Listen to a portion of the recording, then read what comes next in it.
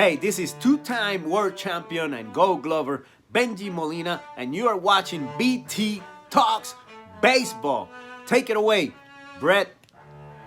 Well, hi everybody, and welcome back inside BT Talks Baseball. I want to thank Benji Molina for that great introduction.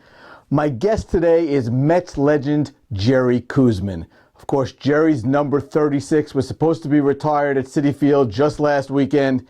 Unfortunately, because there's no baseball, there was no retirement, but I'm sure Jerry's number will be retired very soon, and it is well deserved.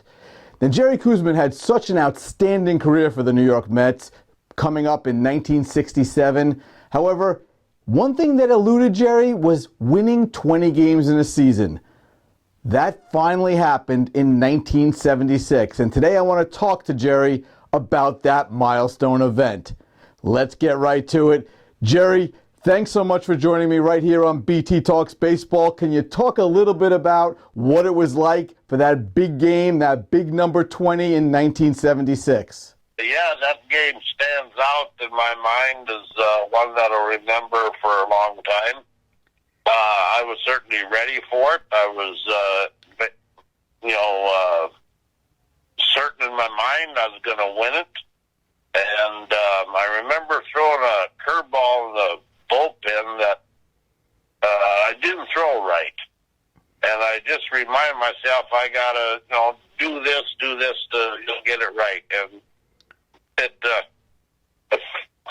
fell, it worked perfectly. It had a great curveball that game. You could talk to any of the hitters I faced that night and ask them what my curveball was like, and they'll tell you. But I had a good fastball too, but I had an excellent curveball. Jerry, you had such a great game that night, striking out 13 Cardinals, scattering just 4 hits, and it was all over. You gave a big hug to your catcher, John Stearns, and gave out a big smile. I'm sure it was a relief to have finally won your 20th game. Can you talk a little bit about what that was like? Well, absolutely. I came close in '68. I won 19, and there was 6 games that I went 9 innings or to 12 innings and did get a run. But I had some chances. In '69, I guess I could have won 20 if I hadn't hurt my arm and missed the month of June, which is my favorite month to pitch. But, certain things happen, and so goes. I know it's been 44 seasons since that 20th win. Do you still have any memorabilia, anything to remind you of that game? I don't know. I may have the baseball yet. I'll have to look in a cardboard box someplace. Well, Jerry, I can't thank you enough for joining me right here on BT Talks Baseball. Be well. We'll speak to you soon.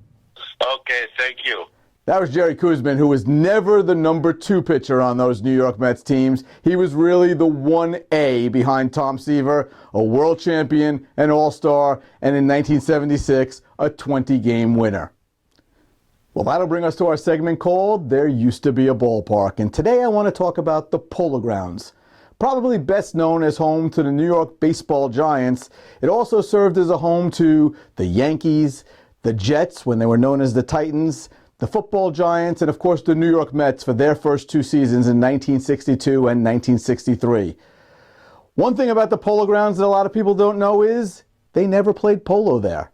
In fact, the Polo Grounds that everybody is familiar with was actually the 4th iteration of the stadium and finally closed its doors after the 1963 season.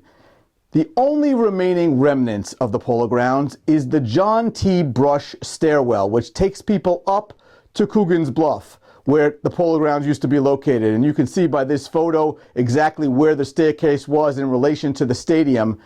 Well, the staircase still exists, and over the many years it fell into terrible disrepair. However, in 2014, a renovation project was started. In fact, a lot of money was raised, and all of the New York teams, including the Mets, Yankees, Jets, and Giants, contributed, as did Major League Baseball, to restore the John T. Brush stairway.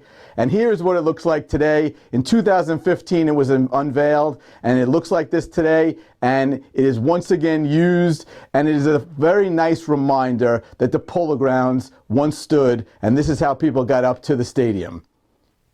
As we have for several weeks now, we're going to tie There Used to Be a Ballpark into Mel's memories. Pops, I know you have many stories about the Polo Grounds. Can you share one with us? I remember when you used to go to games at the Polo Grounds, at the end of the game, fans were allowed on the field, and the clubhouse was in center field. So you ran at the end of the game from the stands to the clubhouse with all the ball players. And I remember once we're close to Tommy Heinrich, and he said hi to me. What a guy. He did. He had really red face, too. I remember that. Yeah, I think he was the third base coach. I don't know why I would remember that, but you could look that up. I don't know if he was or not. Well, that's a great memory. Thank you so much for sharing with us. Say hi to Mom. I love you. Okay, it's my pleasure. Love you. Well, that'll do it for another episode of BT Talks Baseball. I want to thank Jerry Koosman for joining me. I want to thank my dad for sharing his memory of the Polo Grounds. And, of course, thanks to you. I leave you, as always, with the words of the immortal Tug McGraw, you gotta believe. Bye-bye, everybody. We'll see you next week. If you are interested in getting a signed copy of any one of Brett Topel's books, please visit us at www.topelmetsbook.com.